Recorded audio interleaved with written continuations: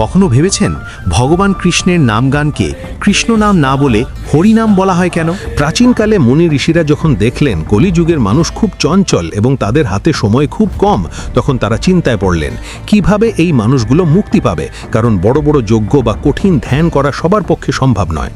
তখন শাস্ত্র থেকে একটি সহজ সমাধান বেরিয়ে এলো। দেবর্ষি নারদ জানালেন ভগবানের শ্রেষ্ঠ নাম হলো কৃষ্ণ, কিন্তু তাকে ডাকার সবচেয়ে মধুর উপায় হলো হরি।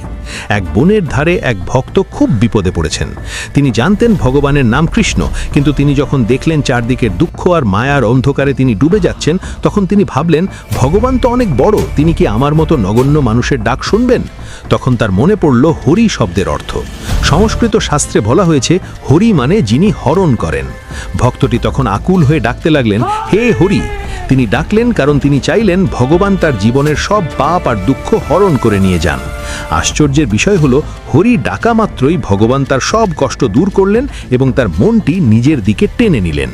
পরবর্তীতে শ্রী চৈতন্য মহাপ্রভু এই সহজ সত্যটি সবার মাঝে ছড়িয়ে দিলেন।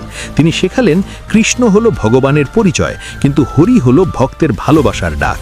যেমন একটি শিশু তার মাকে নাম ধরে না ডেকে শুধু মা বলে ডাকলে মা যেমন আবেগপ্রবণ হয়ে ছুটে আসেন, ভগবানও হরি ডাক শুনলে ভক্তের দিকে তেমনিভাবে ছুটে আসেন। এই কারণেই কৃষ্ণের নাম সবাই জানলেও ভগবানের প্রতি নিজেদের ব্যাকুলতা আর ভালোবাসা প্রকাশ করতে মানুষ হরিনাম শব্দটিকেই সবচেয়ে বেশি আপন করে নিয়েছে।